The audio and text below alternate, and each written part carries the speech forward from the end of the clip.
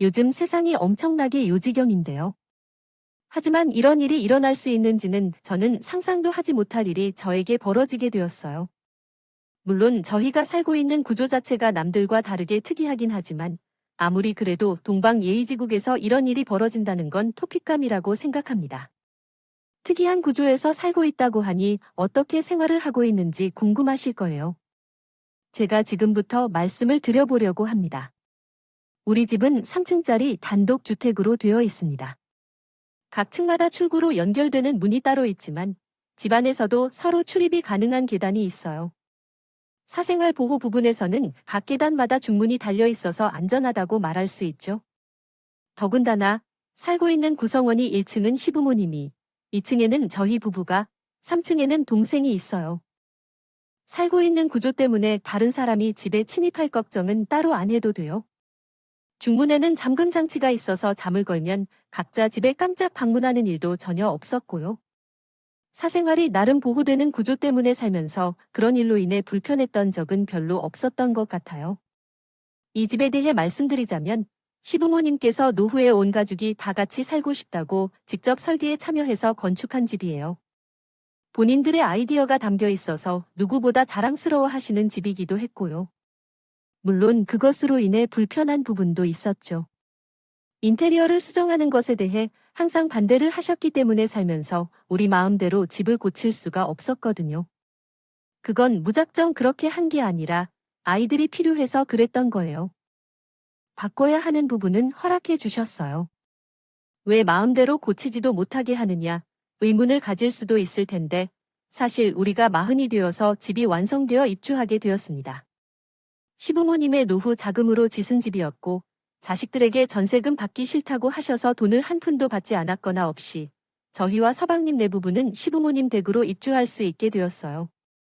저희 집과 함께 입주하게 된 동선에는 부부가 모두 전문직 종사자라 돈을 벌리는 걱정이 없는 사람들이었습니다. 우리 부부와는 달리 자가로 집을 가지고 있던데 서방님이 어마어마한 효자였다. 시부모님의 집으로 들어오게 된 것이었죠.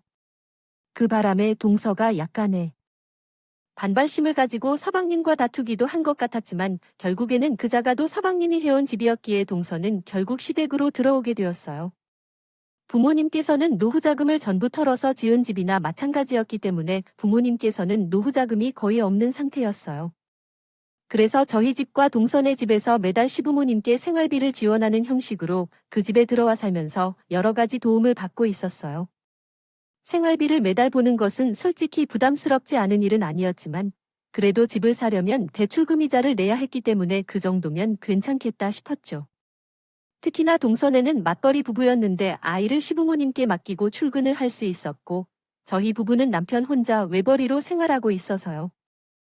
동선 보기를 조금 덜 드리고 제가 시부모님께 식사를 차려드리는 식으로 서로 타협을 하며 살았어요. 어차피 한 가족이 한 건물에서 모여 사는 것이었으니까 그 정도는 서로 돕고 배려하며 지낼 수 있었던 거죠.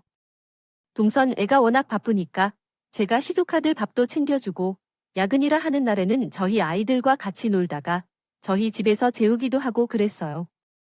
그렇게 평화롭기만 하다고 생각했던 어느 날 동서가 저에게 은근히 와서는 이런 말 하더라고요. 형님, 저희가 형님보다 생활비를 딱 2배 더 내는 거 알고 계시죠? 제가 아무리 생각해도 이건 좀 억울하다 싶어서 형님 기분 상하실지 모르겠지만 말은 해야겠더라고요. 아무 시부모님 댁에 가서 집안 살림을 형님이 보고 계시다고 하지만 돈은 돈이고 봉사는 봉사 아닌가요? 아니, 봉사라. 내가 시부모님 댁에 가서 살림을 하는 건 봉사가 돈은 돈대로 더 내야 한다는 말이에요. 솔직히, 그렇죠. 형님이 하시는 일은 며느리로서 할 수 있는 일이고 우리는 돈이 걸린 문제인데 생활비를 2배 더 내는 건 좀 억울해서 그런 게 그래요. 억울할 게 따로 있지. 뭘 그런 걸 억울해하고 그래요. 이 문제는 애초에 입주를 할 때부터 정해진 거잖아요. 우리가 덜 내겠다고 한 것도 아니고 우리 부부가 맞벌이가 아니라 외벌이라 시부모님이 대신 나에게 일거리를 주시면서 타협을 한 부분이고 저도 명절에 가서 일해요. 평소에 저도 시부모님께 이것저것 많이 챙겨드리는데 저희한테는 생활비를 2배 받는 게 어디 있어요? 재수 씨 말이 좀 그러네요. 그렇게 생활비를 내는 그 돈이 아까워요. 가족에게 쓰는 것인 것도 아니고 그만큼 재수씨도 받는 게 있잖아요. 내가 진짜 기분이 확 상해서는 투잡을 뛰어서 그래도 돈을 맞춰내겠지만 이 문제로 더 이상 왈가불가하지 마세요. 그럼 옆에서 듣던 서방님도 동서가 하는 말을 딱히 말리지 않는 걸 보니까 둘이서 이 문제로 한바탕 한 것 같더라고요. 평소에 가족이라면 어떤 것보다 끔찍하게 생각하는 서방님이 남편 편을 들지 않는 것만 봐서도 동서가 이미 이를 갈고 있었다는 게 눈에 보였어요. 사실 시부모님께서 버는 돈이 많은 만큼 더 내라고 하셨던 것뿐인데 이렇게 의가 상할 문제까지 던져질 거라고는 생각도 못했죠. 남편은 그게 퍽이나 자존심이 상했던 것인지 그 후로 정말 투잡을 뛰기 시작했어요. 주말에도 쉬지 않고 배달 아르바이트 일을 하면서 돈을 벌었어요. 동선 내가 내는 만큼 생활비를 맞춰서 내기 시작했지요. 월요일부터 금요일까지는 회사에서 시달리고 주말에는 오토바이를 타고 배달을 하는 남편을 보면서 저도 참으로 마음이 무거워지는 것 같더라고요. 분명히 주말에도 쉬고 싶을 텐데 동서가 긁어버린 자존심 때문에 그러지 못하는 남편을 보면서 제가 일을 해야 할까 고민이 많이 들었죠. 하지만 아이들도 아직 제 손길이 많이 필요한 시기였고 제 주제에 일할 수 있는 회사도 없더라고요. 그래도 이력서도 한번 돌려보자는 생각에 이리저리 기웃거렸지만 연락이 오는 회사가 단 한 통도 없었어요. 어쩌지, 이번에도 꽝인가 봐. 내가 경력도 별로 없거니와 애들 키운다고 하는 시간이 더 많으니까 이럴 줄 알았으면 자격증이라도 몇 개 따두는 게 어떨까요? 그런데 당신이 그런 것에 왜 신경을 쓰냐고. 내가 스스로 생활비를 맞추어 낼 테니까 당신은 그 시간에 내 자식들을 더 돌보는 것을 생각해야 하고 있어. 요즘은 자격증이 수북히 쌓여 있어도 취업이 어려운 시기라서 그 아이를 지나치게 마음 쓰지 말고 알았지. 당신 혼자 고생하는데 내가 어떻게 그냥 눈 감아 볼 수 있어? 내가 마음의 부담을 좀 덜고 싶은데 그게 생각했던 대로 잘 되지 않네. 취업난은 분명히 어려운 시국이라 내가 가장인데 조금 더 노력하면 되겠지. 아이가 어차피 다른 것이 아니고 우리 부모님에게 받는 생활비를 걱정하지 마세요. 남편은 다크서클이 무릎까지 내려와서 피곤해 보였지만 그래도 저를 위해서 아무 걱정하지 말라고 말해서 안심하도록 만들어 주었어요. 그러나 생각해보니 억울한 일도 없는 것 같아요. 우리 아이들은 제가 돌보면서 잘 될 거야. 해당 텍스트는 매우 긴 문장으로 이루어져 있어서 파악하기가 조금 어려울 수 있습니다. 따라서 문장을 좀 더 분리하여 정확한 문법 구조로 써보겠습니다. 그렇다 쳐도 저는 조카들의 밥도 챙겨주고 있었잖아요. 거기다가 가끔 우리 집에서 자는 날도 있었고 시부모님들께서 아이들 등 화까지 전부 다 책임지고 있었거든요. 그렇게 온 가족의 도움을 받으면서 편하게 맞벌이를 하고 있으면서 우리가 생활비를 조금 더 내는 것이 그렇게 억울하고 기분이 상할 일인가 싶더라고요. 양심이 없어도 너무 없는 건 아닌가 싶고 저도 속이 답답하고 어딘가에 털어놓고 싶은 마음이 들더라고요. 동서 입장에서는 조금 지사가 보일 것 같지만 전 결국 시어머니에게 동서가 이런 말을 하더라고 전하게 되었어요. 처음부터 끝까지 숨김없이 하나하나 다 이야기했더니 시어머니께서 우리가 그 생활비를 조금 더 받는다고 해서 부자가 되는 것도 아니고 이전에 하시더라고요. 받은 생활비로는 충분히 생활할 수 있었는데 왜 그런 소리를 듣고 신경 쓰며 그냥 내 던대로 지출하다가 우리 아들에게 주말에 포기라고 하는 거냐고 그랬더니 사고라도 나면 어떻게 할 거냐고 피곤하게 생활하라고 하고 나는 하는 말에 신경 쓰지 말라고 그냥 할 때만 하면서 살면 된다고 생각했다. 아들이 생활비를 맞추기 위해 투잡을 하는 것 자체가 속상한 일이라고 생각하는 것인지 나한테 생활비 맞출 필요 없다고 했다. 그러더라도 사실을 시어머니가 동서에게 전해주었고 난리가 났다. 시어머니가 동서에게 이야기하며 생활비에 대해 걱정하지 말라고 가르쳐 주셨는데 정말 그렇게 말씀하셨던가요? 그것을 시어머니께 전달해 주었더니 사실 저도 억울하다는 마음을 가졌다면 미리 말해 주셨어야 했습니다. 그래서 자기도 억울하다면 2차적인 승부가 시작되었습니다. 형님은 어머님을 위해 집안일도 하고 아이들도 돌봐주는데 생활비를 더 내라고 요구하는 건 참 억울하게 느껴집니다. 주셨다면 당연히 가족이니까 어린이들의 밥도 챙겨줄 수 있고 시간이 날 때 아이들도 보살펴줄 수 있는 거 아니에요? 따로 살지 못해도 그 정도는 할 수 있다고 생각해요. 같이 사는 동안 아이들을 가끔 보살피는 것이 얼마나 어려운 일인지 아셔야죠. 아이들에게 식사를 제공하는 것 또한 이야기에 알맞은 예시이며 세심히 주의를 기울여야 합니다. 이런 것들이 모두 호의로 받아들여지면서도 생활비는 생활비대로 낸다는 것이 당연하다는 것입니다. 말을 하는 것이 더 이상하지 않니? 우리가 첫째, 내 아이들을 돌봐주는 것도 아니고 닭, 너희 아이들만 돌봐주고 있으니까 너희가 그만큼 우리한테 생활비를 더 내는 게 맞지? 요즘은 등하원 도미도 돈을 주고 쓴다고 하더라. 나도 어딘가에서 듣는 말이 있어. 어머님께서 아침에 아이들을 등하원 시키는 게 산책하는 기분이라고 좋다고 하셨나요? 아, 등하원 도미도 요즘 그렇게 돈 많이 안 들어요. 그러면 등하원 도미를 구해서 쓰던 걸 해라. 얻어가는 건 너희가 훨씬 더 많은데 왜 첫째, 내한테 돈을 더 내라고 하는 거야? 우리는 이전처럼 받아도 생활에 아무 문제 없으니까. 아, 더 이상 말한지 마라. 속 시끄러우니까 이만 가봐라. 동서가 시어머니 앞에서 너무하지 않니라고 말을 하면서 훌쩍이는데 사실 제가 거기서 또 무슨 말을 더 할 수 있겠어요? 시어머니가 제 편을 해주신다는 건? 들어주셔서 정말 감사했기 때문에 그냥 입을 다물었어요. 그날의 제 편을 들어주셔서 솔직히 좀 자격지심 비슷한 질투를 느꼈던 것 같아요. 자기만의 합당한 이유로 딴지를 걸었는데 시어머니가 말대로 아무 소리도 내지 말라며 제 편을 들어주신 것이었죠. 그러나 예상대로 남편이 피곤함을 이기지 못하고 배달 중에 사고가 나게 되었어요. 교통사고가 크게 일어나서 직장에서 무급 휴가를 내고 수술을 받아야 할 상황이 오면서 버거운 것이 사라졌어요. 거리만 사라진 것이라면 괜찮았겠지만 장기간의 재활치료가 필요하여 급하게 돈이 필요해졌죠. 다행히 친정에서 우리 상황을 이해하고 급한 도움을 주셔서 모든 어려움을 해결할 수 있었어요. 하지만 지금 당장 사위이신 부모님께 생활비를 드려야 합니다. 우리 수중에 있는 돈이 전혀 없었기 때문에 생활비를 마련할 수가 없게 되었다는 말이죠. 동서가 봐주려고 불을 켜고 집을 수리하려고 헤매는데 이런 일이 생겨 온갖 스트레스를 다 받게 되더라고요. 어머니, 아버지 죄송해요. 남편이 갑자기 사고를 당하면서 저희 수입원이 모두 끊기게 되어 저도 부끄럽지만 이런 말을 드려야 하는데요. 저는 이번 달부터 즉시 지출할 수 있는 생활비가 없어서 어떻게 해야 할지 모르겠어요. 즉각 취직을 해야 하는데 예전부터 알아보던 취직 자리는 아무데도 연락이 없네요. 지금 너무 걱정되는데 내가 이런 걱정할 때에 애들도 돌봐야 하고 아들도 학비를 내야 하면서 생활비 걱정까지 하고 있어서 너무 속상해요. 나중에 다시 시부모님께 어떻게 말씀드려야 할까요? 벌이가 생기면 그때 생활비를 드려도 되겠냐고 말을 하니까 부모님께서도 고개를 끄덕이시더라고요. 자기 자식 일인데 당연히 된다고 하지 거기서 안 된다고 할 리가 있겠어요.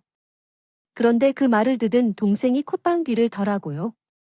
아, 그러면 한 푼 내지 않고 얹어 사는 거예요. 식비며 가스비, 전기세 전부 우리 부부가 부담하는 거나 마찬가지네요. 아, 우리가 드리는 생활비에 어머님께서 공과금을 내고 계시니까요. 형님은 그냥 살림만 하면서 얹어 사는 거잖아요. 저도 일 그만두고 집에서 살림만 하고 싶은데 저는 그러면 안 되는 거잖아요. 그렇게 비아냥거리면서 말을 하는데 전부 또 사실이니까 저는 할 말이 없더라고요. 제가 입을 꾹 다물고 아무 말도 못하니까 시어머니가 나서서 말을 해요. 둘째야, 너가 그리 서운하게 할 말이 무엇인지 궁금해하고 있으니 걱정하지 마. 쟤네가 생활비를 내주지 않으니까 너에게 집안일을 시키기로 했지. 앞으로 건물 살림은 너가 할 거라고 생각해. 둘째네 애들의 화원까지 맡기기로 하고 밥 주는 일도 내가 맡을 거야. 내가 모든 걸 다 하라는 소리는 아니야. 그러니 집 청소, 빨래 짓기 등 모든 것은 내가 다 맡을 거란 말야. 아이가 공짜로 그 자리에 얹어서 살지 마라. 요즘은 몇백씩 받는 사람들이 있는데 그 정도로 해주기로 했으니까. 동서에게 전부 일괄시키면서 나에게 욕망을 취해 다 주겠다고 했어. 내가 집안 살림을 다 해야 된다고 말했는데 시어머니와 이미 협의를 했었고 그 부분에서 합의했었거든. 남편이 빨리 회복되면 그러지 않아도 된다고 해서. 숙에 간호를 하라고 하셨지만 동서가 생활비를 가지고 딴지를 걸고 든 게 시어머니가 안 되겠다 생각했나이지요. 저렇게 말씀하셨더라네요. 아쉽나 차라리 잘 됐다 생각했고 동서는 입을 삐죽이면서 저를 살짝 흘겨보더라네요. 그럼 앞으로 우리 집사님도 형님이 다 봐주실 거면 청소나 빨래까지 잘 관리해 주시면 좋겠네요. 우리 집엔 고가의 물품이 많아서 항상 조심 좀 해주시고요. 뭐 물건 없어지고 그런 일은 없겠죠. 순간 도둑 취급이라도 하는 건가 생각했지만 그냥 꾹 참았어요. 저는 동선 집에 자주 방문하는 일이 없어서 몰랐는데 집에 고가의 물품이라는 것은 개뿔 무슨 고가일지도 모를 만큼 집안이 아주 개판이라고. 이런 곳에서 사람이 살 수. 의문을 품을 정도로 집안이 아주 어지러웠는데 시조카들이 어지른 장난감 차는 워져 있지 않았어요. 평소에 우리 집에 놀러 올 때는 깔끔하게 정리를 하고 다니는 아이들이라 몰랐는데 집에서는 정리를 하나도 안 하는 것 같더라고요. 저는 지방에서 골을 보면서 일부러 제가 살림을 본다고 그렇게 다 어질러 놨나 하는 합리적인 의심까지도 들었어요. 빨래도 전부 뒤죽박죽으로 섞여 있었고 냉장고엔 유통기한이 지난 것들로 가득 차 있었고 밥솥에는 곰팡이까지 피어 있었는데 아우, 이게 사람이 사는 집이 맞나 싶더라고요. 정말 하나하나 정리를 다 해주고 동서에게 쪽지를 남기고 집으로 내려왔습니다. 앞으로는 빨래를 할 때 속옷이라도 흰옷 색가루를 구별해서 준비하고 냉장고에는 유통기한이 지난 것들은 전부 정리해 둘 거예요. 버렸다고 거기다가 밥솥에 곰팡이가 피어있던 것도 적으면서 먹고 나면 바로바로 치우거나 밥솥은 좀 씻어 두라고 잔소리를 했어요. 그랬더니 그날 밤에 그 쪽지를 읽은 건지 퇴근을 하고 동서가 우리 집을 찾아왔더라고요. 형님, 형님이 하시는 일이 뭐예요? 생활비를 내지 않는 대신에 집안 살림 다 봐주시기로 했던 거 아니었어요? 근데 쪽지는 왜 쓰시고 간 거예요? 여기 적혀 있는 대로 하나 낼 것 같으면 그냥 제가 알아서 저희 집 돌보주 하시면 되는데 형님이 알아서 잘 해주시라고요. 그러니까 생활비도 안 내고 버텨시는 거 아니었어요? 앞으로는 이런 쪽지 남기지 마세요. 자기 할 말만 하고 계단에 있는 중문을 확 닫아버리는데 이게 무슨 일인가 싶어서 어흉벙벙하고 불같은 성격을 가진 우리. 남편이 병원에 입원해 있었기 때문에 무사히 지내고 있는데 만약 남편이 골을 다치면 아주 큰 싸움이 벌어질 뻔했어요. 물론 저도 손님 사람으로서 말을 할 수 있었지만 상황이 제 자신을 작게 만들었어요. 남편은 아프지만 생활비 행기는 어렵지 않다면 어떻게 해야 할지 모르겠어서 얼마큼을 지내고 있었는데 동서지사 썸타임즈 뭉치면서 작아지기만 했어요. 그래도 시봉님들이 저에게 기회를 주신 것과 같기 때문에 저도 그만큼의 보답을 해야겠죠. 제가 맡은 일에 책임을 다하기 위해서 1층부터 3층까지 모두 돌면서 제 손길이 필요한 집안일을 하며 하루를 보냈어요. 그러나 시부모님 댁과 저희 집은 늘 치우면서 사는데 청소기를 한 번 돌리고 설거지도 해주고 빨래도 돌렸어요. 하면 별로 할 일은 없어요. 그거 오래 걸리는 것도 아니었고 대충 먼지 있는 부분만 치우면 되니까 시간도 오래 걸리지 않았고요. 그런데 동선의 집은 들어가는 순간부터 아우, 이걸 어떻게 치워야 하나 하면서 막막할 정도로 답이 없는 수준이었어요. 매일 같이 치워도 매일 같이 어질러져 있는데 이건 뭐 일부러 저한테 일을 시키려고 하는 것 같은 사람처럼 만든 수준이었어요. 답도 없는 집을 보면서 한숨을 깊게 내쉬고 매일 같이 일을 하고 있었는데 어느 날은 언제나처럼 동선의 집에 갔는데 서방님이 떡하니 앉아 있더라고요. 이 시간에 서방님이 왜 집에 있어요? 오늘 출근 안 하셨어요?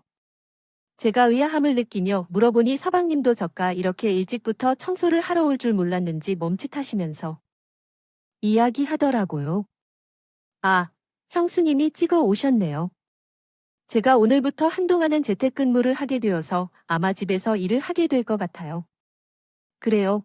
제가 청소를 시작하면 아무래도 소음이 많이 생기고 일하는데 지장이 가는 건 아니에요. 청소기를 나중에 돌릴까요? 아이, 괜찮아요. 괜찮아요. 시끄러운 건 별로 문제가 안 되는데 제가 일하는데 방을 받으면 안 되거든요. 안방에서 일을 하고 있을 테니까 안방에만 들어오지 마세요. 그럼 안방 청소를 나중에 할까요? 서방님 퇴근 시간에 맞춰 서둘러서 하면 동서 오기 전까지 할 수 있을 것 같기도 하고요. 우리 부부 침실은 저희가 알아서 할게요. 그냥 안방만 빼고 해주시면 될 것 같아요. 저는 알겠다고 머리를 끄덕이고 안방을 제외한 다른 것들을 전부 청소하고 집으로 돌아와서 아이들에게 식사를 차리고 있었어요. 간만에 동서가 일찍 퇴근하는 날이라며 시조카들은 모두 동서의 집으로 돌아가기에 저희 아이들만 챙기고 있었는데 동서에게 문자 메시지가 도착했어요. 형님, 안방 청소는 왜 안 하셨어요? 제가 친구를 바꿀 시기가 되어서 일부러 다 꺼내놓고 갔는데 그대로 있네요. 이거 하기 싫어서 안 하셨어요? 무슨 소리 하는 거야? 동서방님한테 이야기 못 들었어. 아, 서방님이 채택근무를 하신다며 안방에 들어오지 말라고 해서 안 했어. 그랬더니 웬일로 서가 바로 알겠습니다 하더라고요. 평소면 내일이라도 해놔라. 새 친구를 처음으로 자려고 했는데 기분이 다 망쳤다고 하면서 저에게 딴지를 걸었을 텐데요. 동서가 잠잠하게 넘어가니까 사실 그건 룸대로 또 불안하긴 했지만 며칠 동안 지켜본 결과 동서가 별말 없어서 저도 안도했어요. 그 뒤로 서방님이 안방에서 계속해서 재택근무를 하게 되어서 저는 안방에 들어갈 수 없었어요. 얼마나 신이 나겠어요. 일거리 하나가 줄었으니 서방님이 계속해서 재택근무를 했으면 좋겠다고 생각도 했죠. 서방님이 재택근무를 한 뒤로부터 동서도 눈치가 보이는 건지 뭐지 제게 이거 해달라, 저거 해달라 하는 요구가 줄어들었어요. 일부러 쓰잘데기 없는 일을 시켰다가 서방님이 그거 왜 하냐 물어본다면 동서가 시켜서라고 박에 저는 할 말이 없었으니까요. 서방님한테는 그래도 못된 모습을 보여주고 싶지 않은 건지 뭐지? 저야 오히려 땡큐추. 그런데 동서나 집에 정말 쓰잘데기 없는 물건이나 쓰레기 같은 물건들이 참 많더라고요. 높은 가격의 물품이 있기는 개뿔 어딜 봐도 그런 건 보이지 않았어요. 하루는 집 구석에 딱 봐도 고장난 것 같은 CD 플레이어가 있더라고요. 그냥 겉으로 보나 뭘 보나 어딘가 고물상에서 주워온 것 같아 보이는데 아주 오래된 물건이었는데 눌러도 전원이 안 켜지고 완전히 말썽일더라고요. 전 당연히 그 물건이 쓰레기라고 생각을 했고 정말 구석진 곳에 물건을 쌓아놓은 틈에 있었으니까 버려도 되는 줄 알았어요. 제가 물어보지 않고 버린 게 잘못이라면 그저 그럴지 몰라도 어찌되었든 동서도 신경 안 쓰는 물건 같아 보였거든요. 그래서 아무 생각 없이 버렸단 말이죠. 그런데 그 후로 몇 주라는 시간이 지났는데도 동서는 그 CD 플레이어의 존재를 모르는 것 같더라고요. 역시 고장나서 버리려고 했던 잊혀진 물건이었다 하고 저도 까먹고 지내고 있었네요. 근데 어느 날 동서가 갑자기 뜬금없이 3달이 지나서 CD 플레이어를 찾는 겁니다. 형님, 제가 베란다 구석에 두었던 은색 CD 플레이어 못 보셨어요? 왜 아무리 찾아도 없죠? 형님이 여기 청소를 하시잖아요. 아, 그거 전에 한 3달 전에 버린 거 같은데 전원도 안 켜지고 겉모습도 다 낡아져 있어서 나는 쓰레기인 줄 알았거든요. 왜 남의 물건은 말도 안 하고 버리는지요? 골동품 상점에서 겨우겨우 산 건데 수리하면 쓸만하겠다 싶어서 이 기회에 모든 부품을 살펴봤는데 집에 남는 시들이 많아서 음악을 틀어놓고 티타임을 가지고 싶었던 거예요. 왜 남의 물건을 허락 없이 버리는지요? 제가 함부로 손대면 안 된다고 했잖아요. 어머, 동서 미안해요. 그게요, 유겨붕. 쓰레기가 두이 옆에 있어서 당연히 버리는 건 줄 알았어.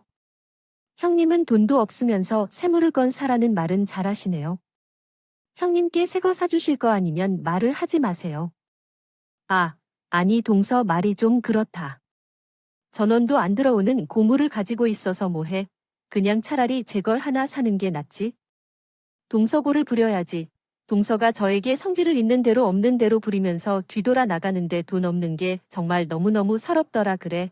마음 같아서는 아이 그래. 내가 하나 사줄게 하고 외치고 싶었지만 수입이 전혀 없고 매달 남편 병원비로 나가는 돈까지 친정에서 손 벌리고 있는데 가능한 소리는 아니었어요.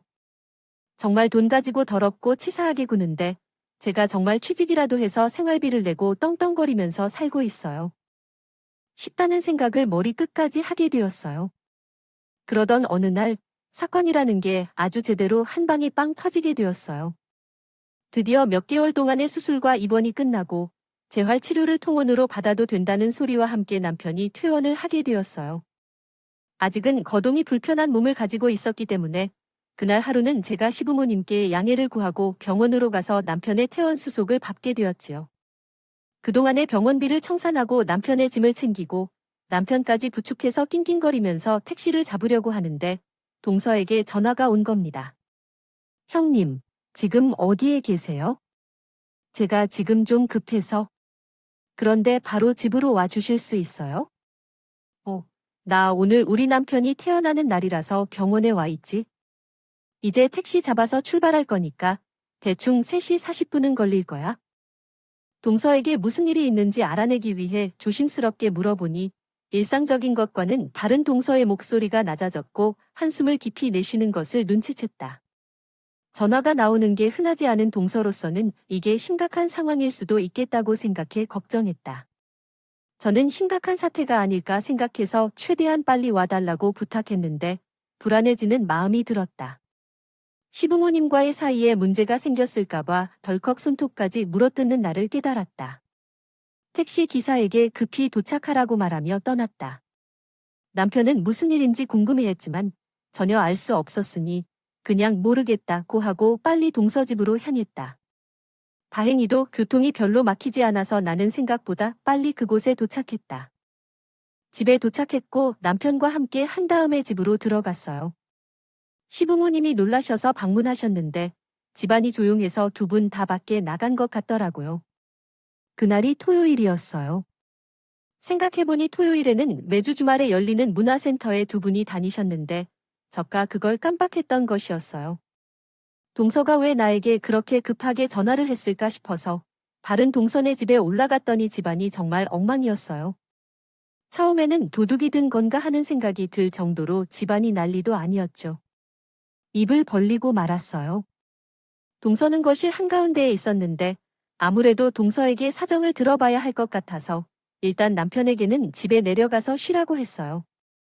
몸도 성치 않고 이제 막 퇴원을 한 사람이라는데요. 오래 있을 수는 없다는 일이었으니까요. 아, 동서지방 꼴이 이게 뭐야 온 사방팔방에 물감이 다 칠해져 있단다. 아이, 무슨 도둑이라도 준 줄 알았어. 거실은 왜 다 이렇게 어질러져 있니? 나도 분명히 어제도 청소를 했고 내려왔는데 하루 만에 이렇게 될 수 있어? 그래서 저도 지금 미치겠어요. 그래, 애들끼리 미술놀이를 하겠다고 해서 물감을 줬더니 온 사방팔방에 물감을 다 칠해놓았단 거지. 아무래도 장난을 치다가 신이 나서 이렇게 해둔 것 같은데 동서가 꼴이 이래서 어디 쉴 수가 있겠어요? 동서가 애들을 감수하지 잘했어야지. 아이, 그 나이에 물감 같은 거 준다면 온채 칠한다는 걸 몰라서. 그래, 이걸 다 어떻게 치우려고 그래? 그래도 다행인 건 물감이 수용성이라서 물티슈로 빡빡이 닦으면 깨끗이 닦여. 같더라도 조금 오래 문질러야 한다는 게 단점이지만 어차피 형님이 좀 수고해 주시면 좋을 것 같네요. 여기 물티슈 보이시죠? 다 사용하면 그쪽 천장에 있으니까 꺼내서 사용하고요. 동서 씨, 이걸 왜 나한테 치우라고 하는 거야? 지금 이거 큰일이라고 병원에 있었던 사람을 그렇게 급하게 부른 거야? 아이 동서 씨가 치우면 되는데. 아, 정말 어이가 없어. 지금 이런 일로 동서는 손도 없고 발도 없는데 형님 집안일을 하는 사람은 형님이 정해져 있지 않나요? 이걸 왜 저가 치워야 하죠? 저도 아름답게 형님 배려해서 빨리 오라고 한 거라고요. 이거요. 굳어서 월요일에 치우려고 하면 닦기가 더 힘들 것 같은데 그냥 오늘 빨리 치우시는 게 형님에게 좋을 거려. 그렇게 말하면서 팔짱을 끼고 물티슈를 고개로 가리켜서 진짜로 속이 메마르기 시작한다.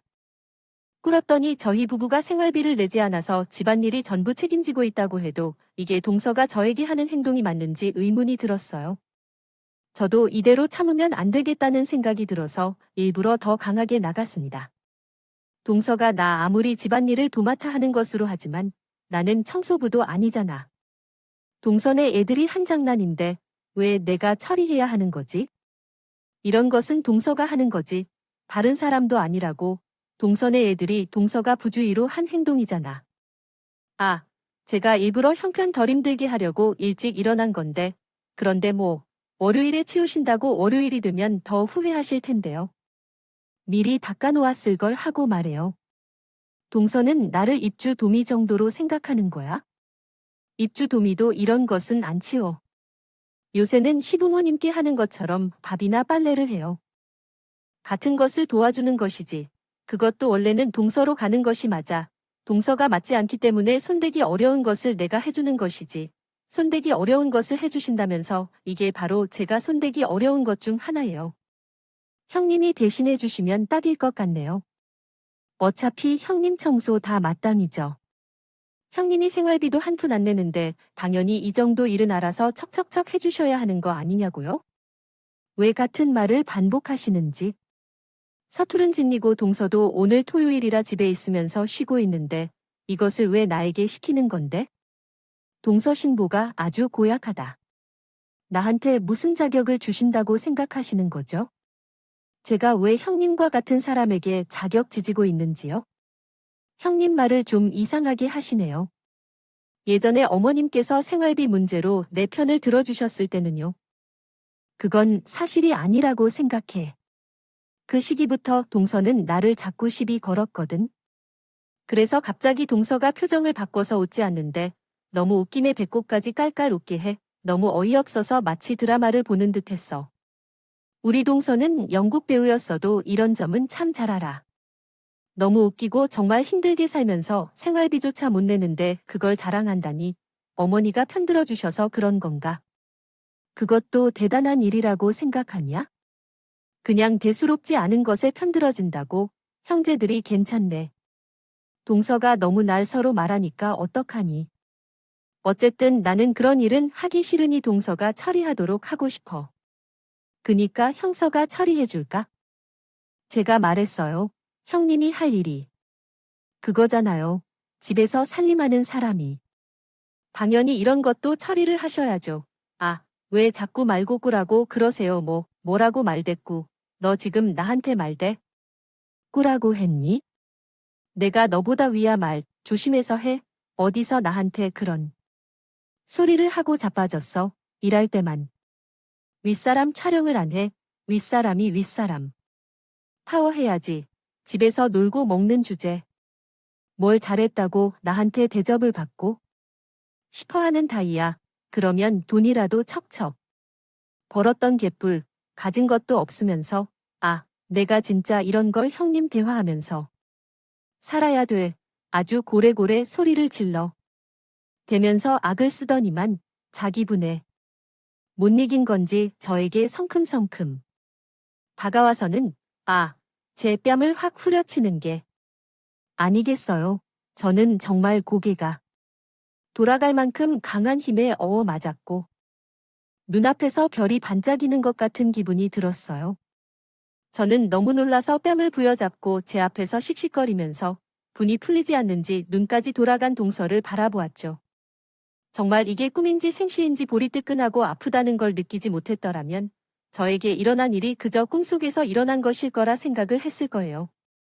남편이 옆에 없어서 다행이었지. 제가 뺨을 맞은 게 실화인지 하는 물음표가 머릿속에서 둥둥 떠다니기 시작했죠. 사람이 너무 당황스러우면서도 알아왔어요. 제가 당황한 기색을 보이니까 동서도 이때다 싶었는지 속안에 삼키고 있던 말들을 전부 쏟아내기 시작했죠. 그동안 제가 형님 대접해 드렸더니 아주 머리끝까지 귀여우시네요. 형님이 할 일이 뭐라고요? 살림을 말해 그래요. 살림집에서 할 일은 청소하고 밥을 하고 빨래를 하고 있지.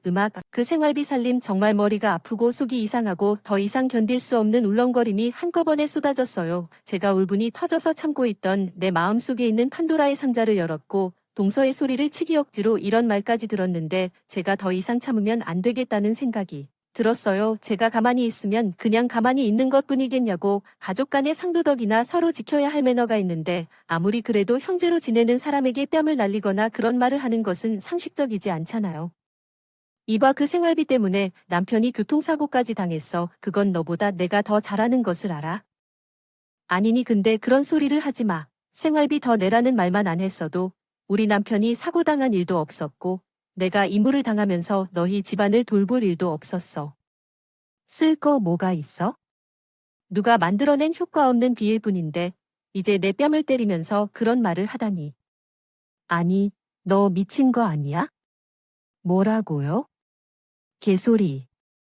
어디 가정부가 그런 소리를 할 수 있어? 말 조심해. 가정부는 가정부다운 일을 해야지. 이 말에 더는 참을 수 없다는 생각이 들었기 때문에 동서에게 달려가서 그냥 머리카락을 확 펴버렸어. 악소리를 내며 머리카락을 잡힌 동서는 빼려고 손가락들로 때리고 발버둥 쳤지만 호락호락한 사람은 아니라는 걸 너희도 알아라. 손가락 사이사이에 머리카락을 감아 잡고 흔들면서 난리를 치니까 버둥거릴수록 머리가 점점 더 손에 감겨왔고 동서는 꼼짝도 못했어요. 제가 다시 동서 보리차를 흔들면 동서가 아무것도 할 수 없이 여기저기 딸려오기 시작했어요.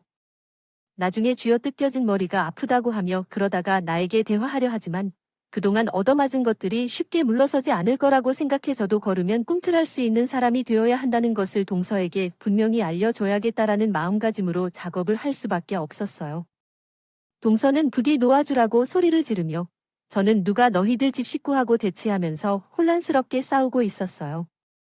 그런데 그 순간 계단 중간 문 쪽에서 시댁 부모님과 남편이 우리 싸움을 보고 놀라 소리를 질렀어요. 아니요, 얘네들이 지금 뭘 하는 거야? 라며 손을 막으며 말했죠. 애들도 아니고 왜 머리를 쥐어뜯고 싸우고 그런 그 말에 둘 다 소리를 지르던 것을 뚝 멈추고 서로 머리를 잡고 어깨를 잡은 상태로 서로 고함만 돌려서 소리가 나는 쪽을 바라보았어요. 경악으로 물든 가족들의 얼굴을 보니까 수치심도 느낄 뿐만 아니라 서름도 더해져 온갖 감정이 왔다 갔다 하더라고요. 시부모님과 남편이 문 앞에 서서 입을 벌리고 있는데 더 황당한 것은 안방문을 열고 슬그머니 나오는 서방님이었고 더욱이 나와 동서가 싸우는 소리까지 듣고 있었는데도 방문을 열어 나와 말릴 생각은 하지 않았다는 게 너무나도 어이없었죠. 더욱 나쁜 점은 서방님까지 한자리에 모여 앉아온 가족이 그 자리에서 서로 마주치게 된 것이었어요. 참 대단한 거 아니에요? 아, 집에 서방님이 계신 줄을 알면서도 제게 식모살이를 운운하면서 그런 막말을 했다는 게요. 그것은 정말 미친 행동이었어요. 도대체 어떤 생각으로 이런 짓을 한 건지 모르겠어요. 어른들끼리 지금 이 짓이 뭐 하는 짓인지 묻잖아. 왜 너희들 사이가 이렇게 안 좋은 거야? 하나의 가족이 되었으면 서로를 이해하며 사는 것이 중요하지 않겠어? 왜 서로 마음에 들지 않아서 이렇게까지 싸우는 거야? 우리는 누구 하나 편할 정도로 아닌데 왜 이런 거야? 어머님, 저도 정말 억울해서 참을 수가 없어요. 조카들이 물감놀이를 해서 집안이 어수선해져도 저에게 치우라고 하는 건 정말 이해할 수 없어요. 동서가 오늘 휴일이라 집에 있으면서 제게는 오늘이 남편이 태어난 날이라 약속이 있는데 무슨 큰일이 생긴 거야? 생긴 줄 알고 달려왔던 말이죠. 그런데 글쎄 고작 이거 물감을 치우라고 아니에요. 벽에 묻은 것들까지도 저에게 물티슈로 박박 닦으라고 했다니까요. 형님, 지금 너무 유리하게만 말씀하시는 거 아니에요. 이러니까 제가 형님이랑 친하게 지낼 수가 없는 거라고요. 내가 있는 사실 그대로만 말했지. 어디에 거짓말 하나 더 보하고 있는 거 있어요? 생활비 하나 못 낸다고 종부리듯이 부려 먹었잖아. 그동안 동서가 일부러 나 고생시키고 집안 살림을 다 어지럽혔던 거 내가 모를 줄 알았어. 나는 다 알면서도 꼭 참고 보란 듯이 치웠어. 그깟 생활이요. 그럼 그 돈 내시던 저희도 힘든데 생활비 전부 다 책임지고 있잖아요. 제 돈 주고 제가 일 좀 맡기겠다. 그게 뭐가 부담해요? 살림을 맡아서 하기로 한 사람이요. 있으니까 당연히 집안 살림은 365일 내내 책임져야 하는 거 아니에요? 그렇다고 나를 식모하고 불러 아무리 그래도 그렇지. 내가 왜 동서 종이냐고 뭐라고 식모하고 불렀다고. 아니, 손이 사람이 무슨 종이야. 내가 둘째 너한테 첫째 부려 먹으라고 집안 살림시킨 것도 아니고 무슨 그런 말을 하고 그러니 어머님은 왜 맨날 형님 편만 들고 그러세요? 저 이것도 진짜 서운해요. 아, 제가 처음부터 이랬던 건 아니었잖아요. 어머님이 맨날 형님 편만 드시니까 얘는 내가 또 언제 첫째 편만 들었다고 그러니. 아이, 둘째 너희 바쁘다고 애들 밥 다 챙겨 먹여 시켜주고 숙제 시켜주고 야근 나는 날에는 집에서 잠도 재워주고 하는데 말이야. 그도 모자라서 쉬는 날 뻔히 집에 있으면서 첫째한테 집 청소를 시키는데 우리 가정의 모습을 본 나로서는 둘째한테 너한테 예쁘다 예쁘다 할 수 있겠니? 라고 말할 수 없겠다. 왜냐하면 왜 누가 그렇게 억울하게 생활비를 내야 하는지 모르겠거든요. 저도 집에서 편히 놀고 먹으면서 일일 생활의 유지만 원하고 싶은데요. 우리 아이들을 챙기면서 그렇게 살고 싶다고요. 그런데 제게 돈을 벌어야만 한다면 안 될 것 같아요. 모두가 자신의 위치에 맞는 역할이 있어야 하는데요. 봐봐요. 정말 어려운 상황인데도 너는 무슨 생활을 꿈꾸냐고요. 더군다나 너희 가족 중 첫째 아들은 너희가 생활비에 대해 떠드니어서 같은 돈을 내야 해서 공평하게 해야 한다면서 주말에 배달일을 해야 했고 사고도 났어요. 만약 그게 억울하다고 생각한다면 집을 나가세요. 따로 살면서 돈을 벌어서 우리도 여기에서 새 삶을 시작하면 생활비 걱정 없이 행복할 거예요. 아니, 갑자기 나가라고 말할 때가 되었어요. 어떻게요? 언제나 가족이라고 둥글게 둥글게 살자고 하실 때는 지금 저희만 내쫓아내시고 계신 거예요. 이게부터 형님만 차별하고 예뻐한다는 증거라고. 어머님 저 정말 서운해서 그래요. 우리가 집 이사하고 나서 너네를 입주시킬 때 했던 약속이 뭐였죠? 각자 집안에서 할 일을 맡아서 하고 생활비를 분배하기로 했던 거 아니었어요. 애초에 다들 동의하고 그렇게 약속하고 갑자기 마음이 바뀌었다고 심술 부리는 이유를 전혀 모르겠어서요. 생활비에 대해 하겠다고 한 것도 너희들이었다잖아요. 근데 그게 그렇게 억울하게 그때는 그랬죠. 우리 부부들 다 일하니까 생활비 내는데 부족함이 없었고 그리고 그가 꼭 여기 들어와야 했으니까 별 수가 없겠죠. 그래, 내가 애초부터 우리랑 이런 공존하는 형식의 가정을 바랐던 것 같아요. 알고 있지 않았던 것도 있다 하지만 결국에는 모두 수긍하고 들어왔다. 그래서 뭐 하나라도 더 챙겨야겠다는 심부름으로 첫째, 내 집 괴롭히려면 아이고, 나가서 살아야지. 당장 짐 싸기 시작했어. 나가라고 해달라는 시어머니의 말에 동서도 그렇고 서방님도 오물주물하며 있던 모양이었어요. 그러던 중에 시어머니가 내가 하고 싶은 말을 다 대신 해줘서 정말 감사했고 든든한 동료를 얻은 기분이었어 어깨가 쫙 펴졌어요. 동서와 서방님은 아무 말도 못하고 두 손만 꼼지락거리고 있었지만 그 순간 서방님이 입을 열었어요. 우리도 당장 나갈 수 있는 능력이 안 되는데 갑자기 나가라고 하면 우린 곤란해. 뭐가? 곤란해? 너희 둘이 벌어먹고 사는데 아무 문제도 없다며 거기다가 너네 집 들어올 때 가지고 있던 돈도 있을 거 아니야? 둘 다 버는 걸로 그렇게 불이 들게 했으니 아이 그 돈을 가지고 집을 샀거나 은행에서 추가로 대출을 받아 나가거나 집을 사고 나가거나 버려야 해. 나는 속이 시끄러워 이렇게 사는 건 못 살겠다. 안 될 일이야. 어떻게 며느리끼리 묶어서 싸울까? 그 돈은 처갓집에서 급히 돈이 필요하다고 하셔서 빌려줬었고 그리고 회사가 저 직업에서 잘려서 이제 돈을 벌 수 없어. 내가 작업장에서 실수 한 번 해서 대답하려면 큰 돈이 필요해. 돌려줘야 해서 가지고 있던 돈을 다 써서 보상해야 했어. 저희 돈은 없어. 와이프가 벌어오는 돈으로 동안 생활비를 내면서 허리띠를 졸라매고 살았어. 그래서 잔업을 많이 해야 했구나. 서방님이 재택근무를 하다가 집에 있게 됐다. 실제로 일어난 일은 회사에서 해고당하는 일이었어서 어디로 가든 곳이 없었기 때문에 그냥 집에 머물러 있었던 것이었어요. 자존심이 있어서 회사에서 해고당했다는 말을 하지 못하고 계속해서 돈 벌어서 가족의 삶을 유지하고 있었던 거예요. 저는 서투른 남편의 행동에 감탄하고 남편도 이야기를 덧붙였어요. 회사를 잃어서 살림비가 어려웠다면 그냥 말하면 돼. 억지로 일하는 척하면서 속이고 너 어디서 돈을 모아냈어? 엄마가 걱정할까 봐 그랬지. 지금은 취직 준비도 하고 있는데 갑자기 집에 돈을 빌려주는 일이 있어서 돈이 부족해서 그런 거야? 입장이 어려워도 서툴러서 남편에게 말하는 것조차 못하고 찾는 건 전부 다 처갓집에 돈을 빌려왔던 것이었어. 계속. 서방님은 돈벌이가 줄어들었는데 생활비는 이전과 같이 내야 하기 때문에 점차 생활고에 시달리게 되었고 미치고 펄쩍 뛰는 상황이 온 것입니다. 게다가 그동안 저에게 집에서 살림만 하니 모으니 박이랑 구박은 다 했었음을 알아요. 그래서 처지가 서방님이 이 일을 그만둔 뒤 똑같이 겪게 되었으니까 말하기 싫었던 것이죠. 서방님이 눈치를 살피며 머리를 극적이면서 말을 하니까 시어머니도 속이 터지는 것 같아 가슴을 팡팡 쳤어요. 당장 나가서 살 곳이 없다고 말하는데 시어머니가 동서에게 이야기했어요. 여기 붙어서 같이 살고 싶으면 적어도 가족 간의 예의를 지키면서 살아야 한다. 너희끼리 싸우고 난리치기는 해결해야 한다고 했어요. 화해하라고 알아서 해야 한다는 얄팍한 것들이 애들 앞에서 머리치나 쥐어 잡고 있으니 잘하지 않는 것이 잘하는 것보다 낫다고요. 지들이야는 짓들이야로 수정되어야 합니다. 안 하겠어요이는 안 하겠어요. 이로 수정되어야 합니다. 가더니는 가더니로 수정되어야 합니다. 한 대는 한 대로 수정되어야 합니다. 아고는 아고로 수정되어야 합니다. 치고 내가는 치고 내가로 수정되어야 합니다. 돌려받아야지는 돌려받아야지로 수정되어야 합니다. 아래 사람이 윗사람한테는 아래 사람이 윗사람에게로 수정되어야 합니다. 당해봐야는 당해봐야로 수정되어야 합니다.